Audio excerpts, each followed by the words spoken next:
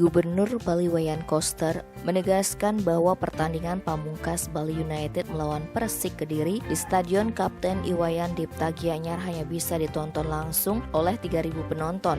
Untuk itu dia menyarankan Bupati atau Wali Kota Sebali menyediakan fasilitas LED atau layar lebar untuk nonton bareng di masing-masing wilayah. Hal itu disampaikan setelah pihaknya berkoordinasi lebih lanjut dengan pihak penyelenggara liga. Menurutnya yang boleh menonton langsung hanya yang membawa atau mendapat undangan sebanyak 3.000 orang, diinput melalui aplikasi Peduli Lindungi di titik masuk. Mengantisipasi antusiasnya penonton, Gubernur Koster menyarankan Bupati dan Wali Kota Sebali menyediakan fasilitas nonton bareng. Di antaranya menyiapkan fasilitas LED atau layar lebar di masing-masing wilayah untuk mengurangi penonton ke Stadion Dipta.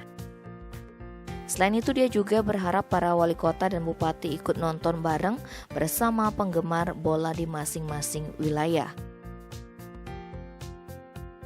Tim Bali Express melaporkan.